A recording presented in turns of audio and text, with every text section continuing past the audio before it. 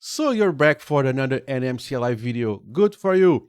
So let's now focus on using nmcli to create a new connection for DHCP. I'm going right to it. Just for you guys to know, I am recording this after the video where I used the nmcli to record to configure a static configuration. So this is in terms of time, I'm recording this after the other one. So maybe I say on the previous video because never mind. Let's go to the configuration of our network connection using DHCP. I highly recommend you guys also check the static configuration video just for context, but here we go. nmcli connection show. All right. So this is how I left off of the previous video. It's not that important. It's just for guys to have some context. So for me to create a new configuration using nmcli and DHCP, nmcli connection create, nmcli connection add, not create, I'm stupid. Let's give it a name, con name. And I'm going to say, okay, this is going to be DHCP config, I don't know, whatever, just whatever I want to call it. And type is going to be Ethernet. And I'm going to say, EF name is going to be the ENS160. So this is our interface, network interface. If you don't know how to get your network interface name, I can show you next. It's quite easy, but let me finish this up. And now I just have to type IPv4 method auto. Of course, I mistyped this. Okay. You can type auto, you can type DHCP. This is just the same thing. It's going to work. So if you don't know what is the interface name, you can do nmcli and just hit enter, and you will see the interface name. Okay, that's one way to do it. Or you can just do IPA. Okay, and IPA will also show you the interface name. Okay, so easy enough. So let's do nmcli connection show.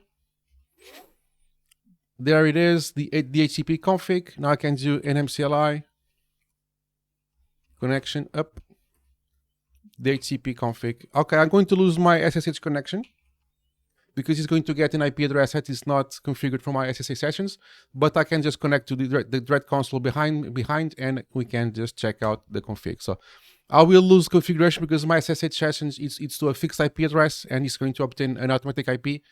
So I'm going to lose connection. So if you are doing this remotely, if you do not have access to the physical console of the server, you will lose connection. Just be aware of that. So be careful when you make network changes because you may lose connection to the remote server, and that's usually not a good thing. Okay, but since I have connection to it, I can go here and do an nmcli connection show, and it's there. So if I do IPA, it got the IP address just fine. As you can see, it got the IP address just fine. It's a 140, okay? So it got the IP address just fine and great. Okay, so I'm just going to enable a fixed configuration again. So nmcli connection up. Let's do the default one. It should be good enough to get our connection back. So IPA, yeah, 251. And our connection actually went back up, and it's back up as you can see. So that's pretty much it. That you just do this. Okay. Connection add, connection name, give the name, type Ethernet, EF name, give it the interface name, and give it a method automatic. So pretty simple. Now you have multiple connections. nmcli connection show. Okay. So let's check the config files just for fun. So etc NetworkManager, network connections, I'm sorry, system connections, and you have it there. So let's just get the DHCP one, and there I have it. So the UID, the name, so it's pretty straightforward. It's fine and no big of a deal. So just as a wrap up, so let's do nmcli connection show.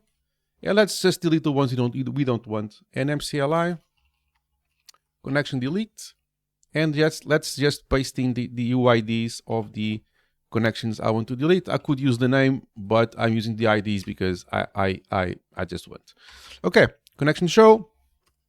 And now we have where we started. This is a fixed IP address config, and this is our loopback. nmcli connection show ENS 160. This is the one I already had. So let's go to the IPv4 configuration. As you can see here, it shows auto and a fixed IP. So it has both methods. It's a good thing that it's here. What is going to happen here is that it's going to have a fixed IP address, 2 IP addresses, one obtained by my static configuration and one obtained by DHCP.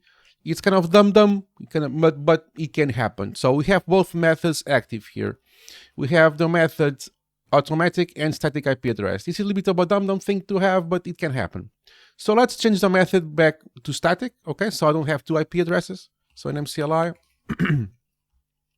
connection modify the ENS, and we're going to say IPv4 method IPv4 method static. It looks nice. It's manual. Now the next time the interface comes up, it's not going to have 2 IP addresses, one static and one automatic. It's going to have the one static IP address, which is cleaner and much finer. So this is how you configure a DHCP connection using nmcli. Let me know if you have any questions. Like, subscribe, and comment. It will help. But stay tuned because I'm going to make more videos, this time about nmcli, so you guys can have both perspective and multiple tools to work with. Once again, like, subscribe, and comment. It will help. And I'll see you in the next one. Cheers, guys.